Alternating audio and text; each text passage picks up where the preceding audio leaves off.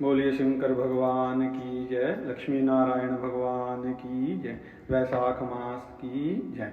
तो वैशाख मास की कथा सरल हिंदी व्याख्या के साथ बिल्कुल सरल प्रारंभ करते हैं। तो उससे पहले एक श्लोक में भगवान का मंगलाचरण। नारायणं नमस्कृत्य नरं चैव नरोत्तमं देवीं सरस्वतीं व्यासं ततो जयमुदीरयेत्। वैशाख मास की कथा का प्रारंभ तो दो प्रकार से हमारे यहाँ वैशाख मास की कथा मिलती है, एक पद्म पुराण में और एक स्कंद पुराण में। तो यहाँ जो आप कथा सुनेंगे वो स्कंद पुराण में जो संवाद आया है नारद जी का, अम्बरीश जी का, वो कथा सुनेंगे। तो यहाँ सूत जी कहते हैं, राजा अम्बरीश ने परमेष्ठी ब्रह्मा के पुत्र देव ऋषि नारद से पुण्यमय वैशाख मास का महात्म्य इस प्रकार पूछा कि ब्राह्मण, मैंने आपसे सभी महीनों का महात्म्य सुना, तो उस समय आपने ये कहा था कि सब महीनों में वैशाख मास श्रेष्ठ है। इसलिए यह बात बताने की कृपा करे कि वैशाख मास क्यों भगवान विष्णु को प्रिय है और उस समय कौन कौन से धर्म भगवान विष्णु के लिए प्रीतिकारक हैं, अर्थात भगवान को अच्छे लगते हैं। तो नारद जी कहते हैं कि वैशाख मास को ब्रह्मा जी ने सभी मासों में उत्तम सिद्ध किया है। वह माता की भांति सब जीवों को सदा अभीष्ट वस्तुएं प्रदान करता है। धर्म, यज्ञ, क्रिया और तपस्या का सार है, संपूर्ण देवताओं द्वारा पूजित है।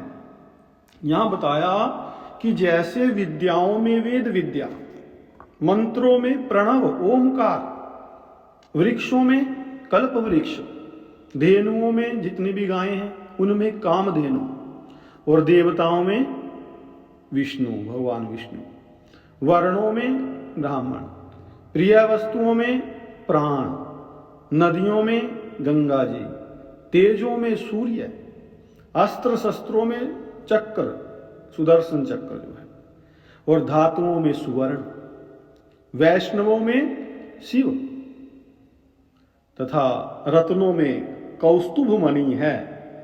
उसी प्रकार से धर्म के साधनभूत महीनों में वैशाख मास सबसे उत्तम है, श्रेष्ठ है। तो संसार में इसके समान भगवान विष्णु को प्रसन्न करने वाला दूसरा कोई महीना नहीं है। तो जो वैशाख मास में सूर्य उदय से पहले स्नान करता है, उससे भगवान विष्णु निरंतर प्रीति करते हैं, प्रेम करते हैं। बताया कि पाप तभी तक गर्जते हैं जब तक जीव वैशाख मास में प्रातःकाल जल में स्नान नहीं कर लेता, और उसके बाद पाप नहीं रहते। तो राजन, वैशाख के महीने में सब तीर्थ आदि देवता तीर्थों के अतिरिक्त बाहर के जल में भी सदैव स्थित रहते हैं। भगवान विष्णु को की आज्ञा से मनुष्यों का कल्याण करने के लिए वे सूर्य उदय से लेकर के 6 दंड के भीतर तक, अर्थात 6 घड़ी तक वो वहीं मौजूद रहते हैं, वहीं स्थायी रूप से रहते हैं। तो तब तक स्नान अवश्य कर लेना चाहिए। इस स्नान का कितना महत्व है ये आगे की अध्याय की कथा में, और भी क्या क्या वैशाख का महात्म्य है, आज तो शुभारंभ है, पहला अध्याय है, इसके बाद चर्चा करेंगे। जिसके इन कथाओं को सुनने से परम पुण्य की प्राप्ति तो होती ही है, अपने अध्यात्म का भी, अपनी संस्कृति का भी विशेष ज्ञान प्राप्त होता है। वास्तव में दुख का कारण क्या है, कष्टों का कारण क्या है कि हम अपनी संस्कृति से, अपने शास्त्रों से, सनातन जो हमारे शास्त्र है, ऋषियों मुनियों का ज्ञान है, जो स्मृतियों का ज्ञान है, उनसे दूर होते चले जा रहे हैं।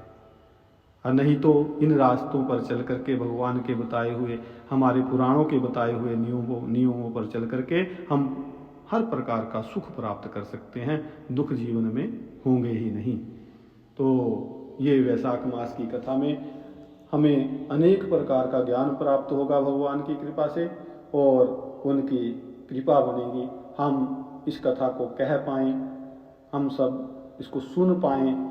इसके लिए भगवान से प्रार्थना करते हुए एक जय घोष करते हैं, फिर मिलते हैं। बोलिए शंकर भगवान की जय, विष्णु भगवान की जय, बोलिए अपने अपने गुरु महाराज की जय, वैशाख मास की जय, सभी सिद्धों की जय, सभी संतों की जय, सभी भक्तों की जय, इस कथा को सुनने वाले सभी सज्जनों की जय। हरि ओम। ओम।